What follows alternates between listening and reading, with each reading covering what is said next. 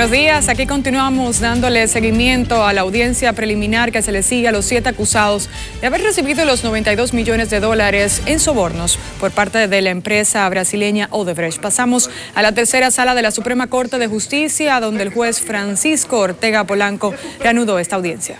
El que debe, conforme al contenido de esta acusación, ser enviado a juicio. Continuando. Otra cuestión que a mí me llamó poderosamente la atención, que se planteó en este tribunal, fue la solicitud de excluir párrafos de la acusación. Yo admito que todavía no salgo del asombro, porque yo lo que me he preguntado sobre ese particular es, ¿cuál es la base legal de eso? De la exclusión de párrafos, porque quiero ser muy específico.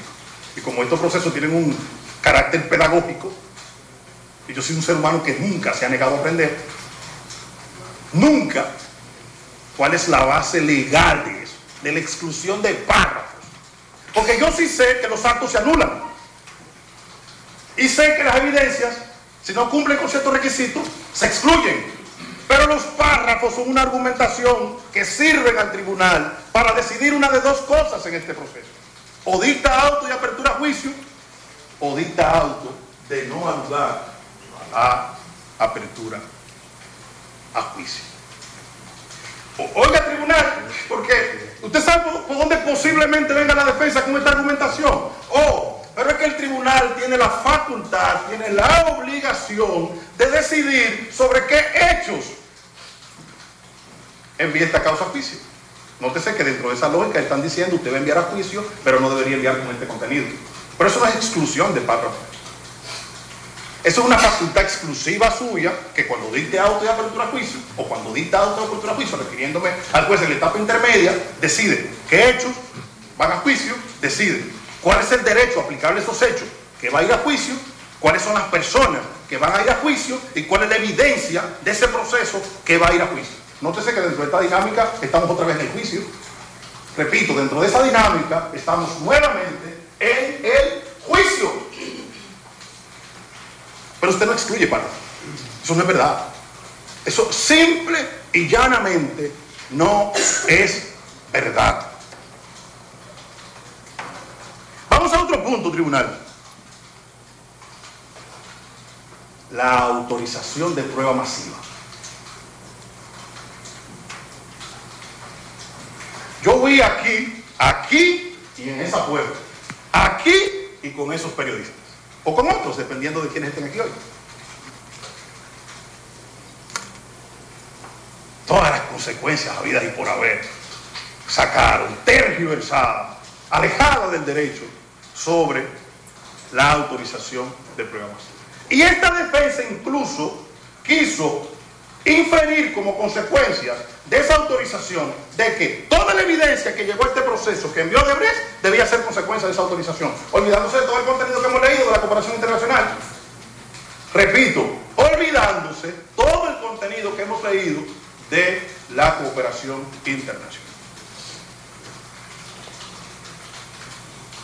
¿Qué es la prueba masiva para el juzgador?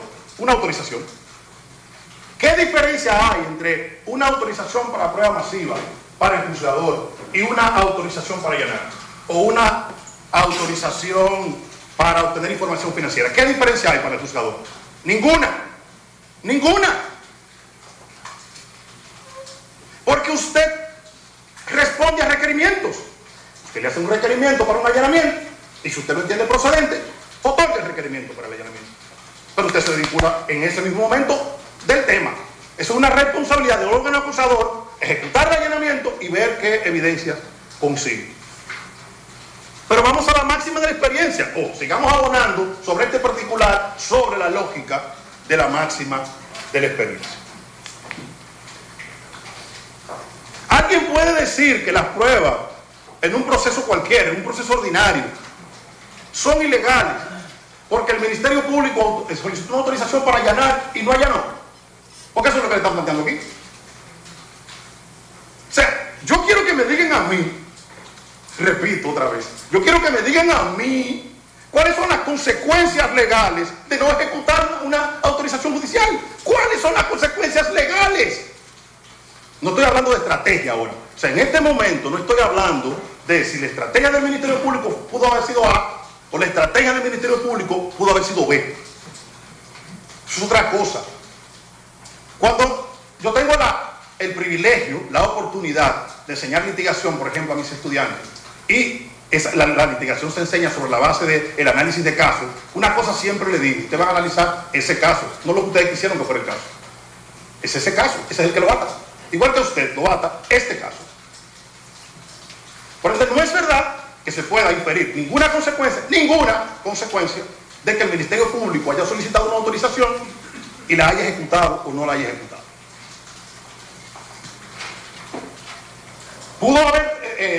Pudieron no haber sido 1.700 pruebas, pudieron haber sido 1.800. Bueno, eso nunca lo sabremos. Pero no es verdad que este tribunal pueda tomar esa autorización, que es lo que se ha pretendido aquí, y decir: mire, tal prueba no debe ser acreditada para el juicio, o no es legítima porque, pudiendo haber venido por esta vía, no vino por esta vía. No, porque este tribunal lo único que puede preguntarse si la vía por la que ha venido una prueba, la que sea, ha sido legítima o no, ha sido legal o no, no puede preguntarse otra cosa. Lo otro es estrategia del Ministerio Público. ¿Nos guste o no? Repito, nos guste o no. Hay otro tema, tribunal, que se planteó aquí, sobre del que se quiso hacer otra tormenta en un vaso de agua.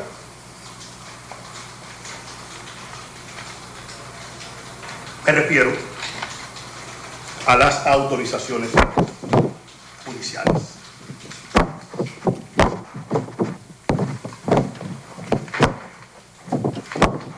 Quítale el micrófono, doctor, por favor.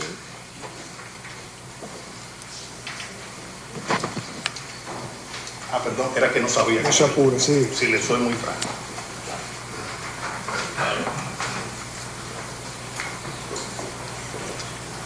Sobre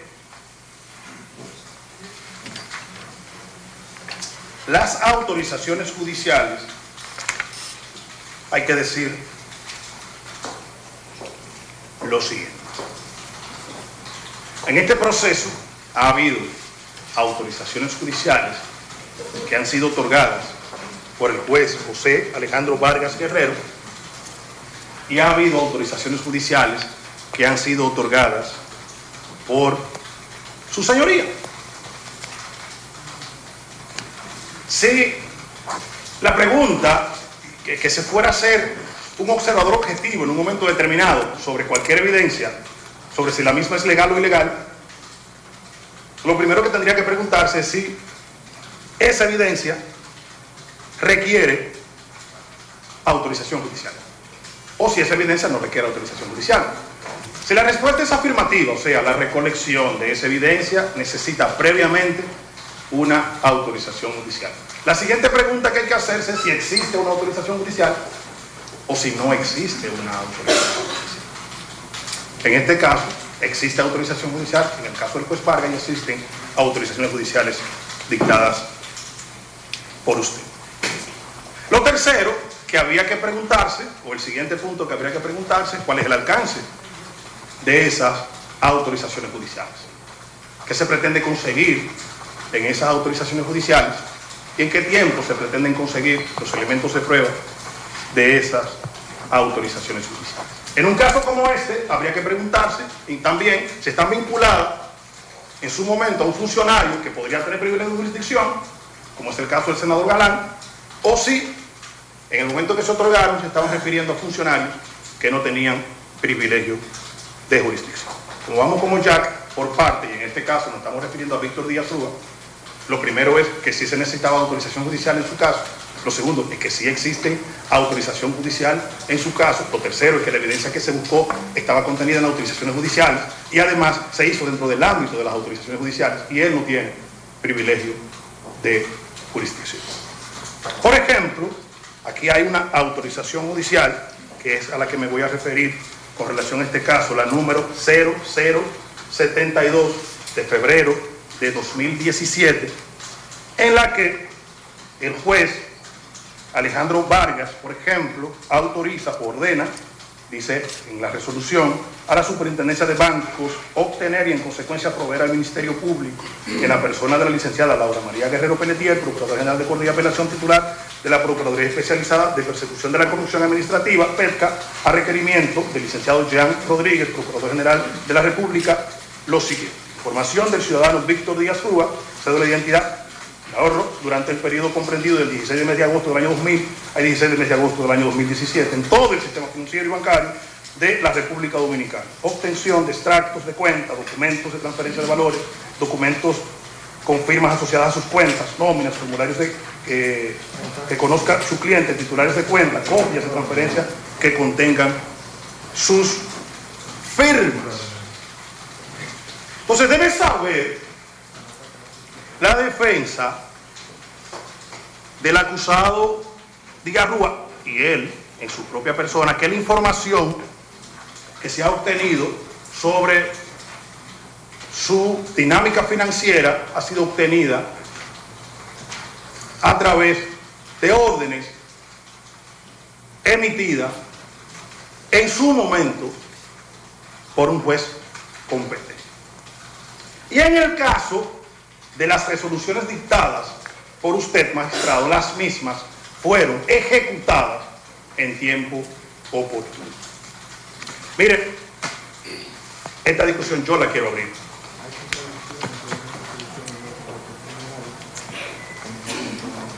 Repito, esta es una discusión que yo quiero abrir.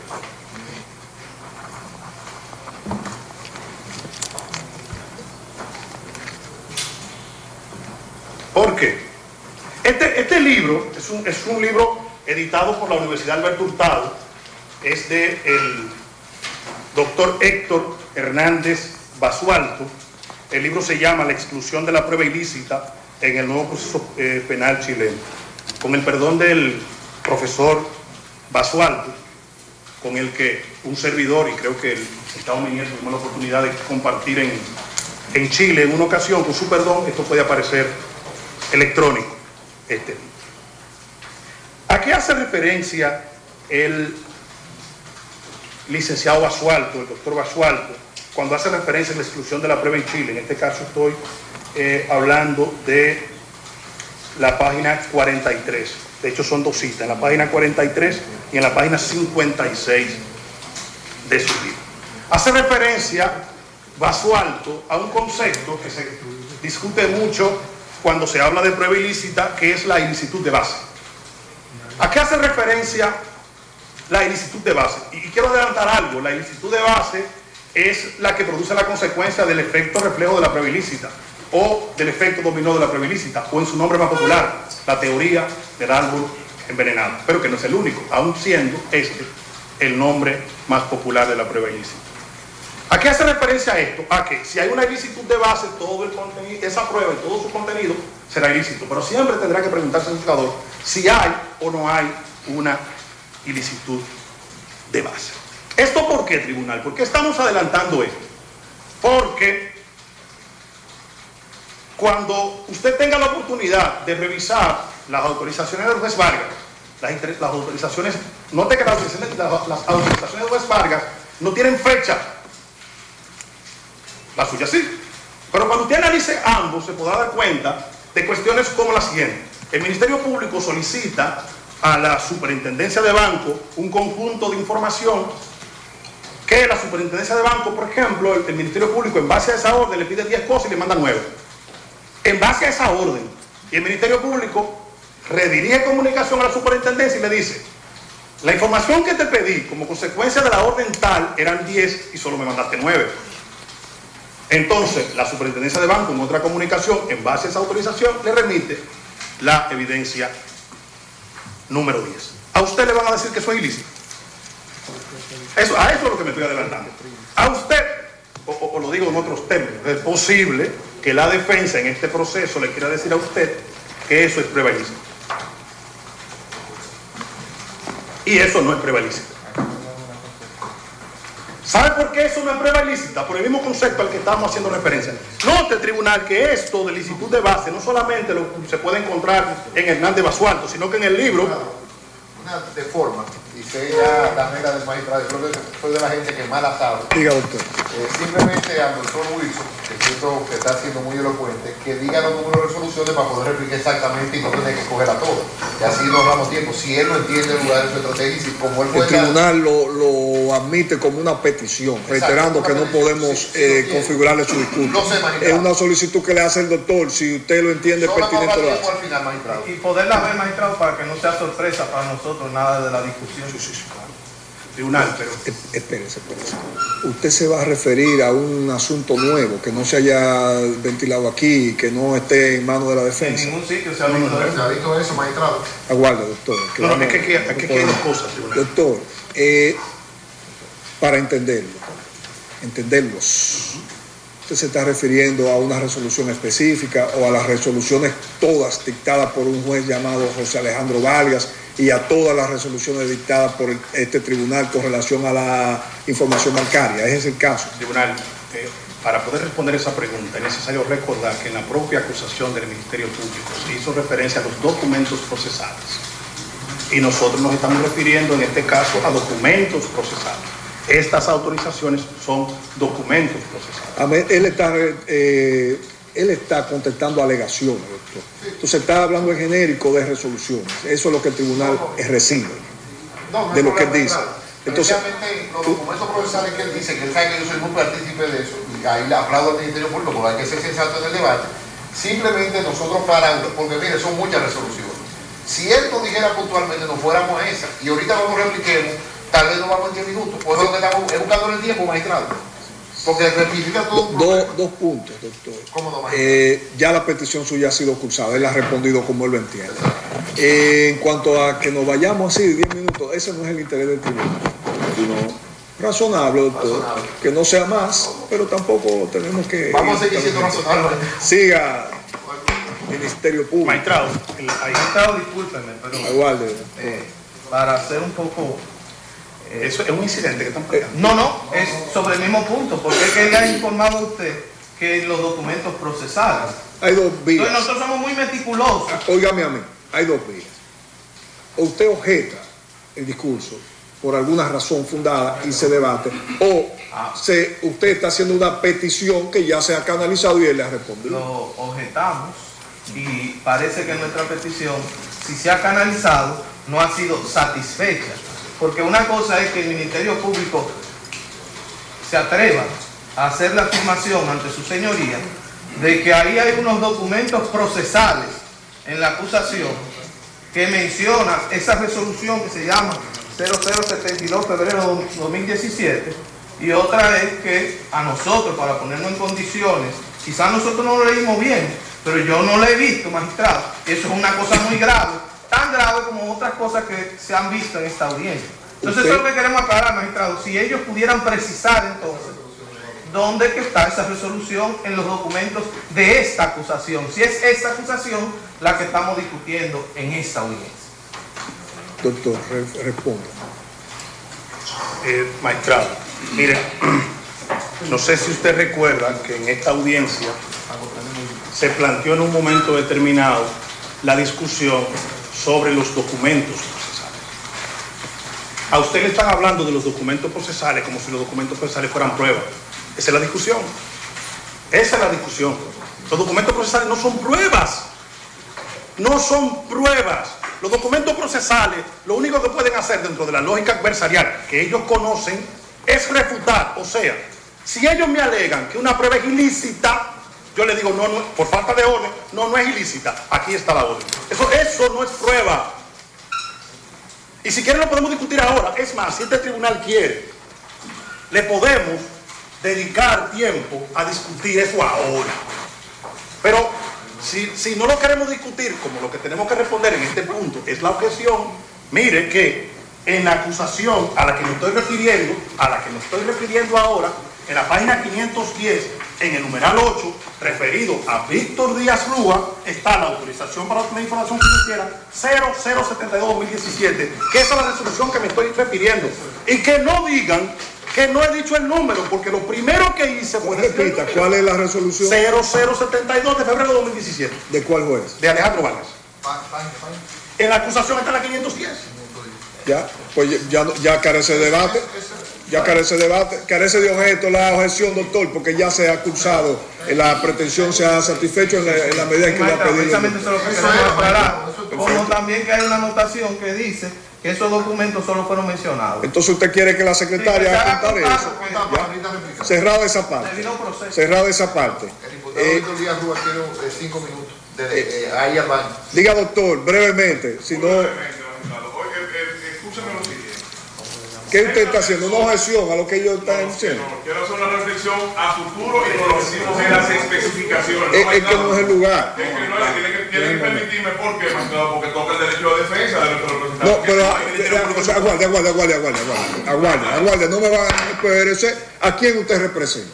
Andrés Bautista. Póngase de pie, ciudadano Bautista.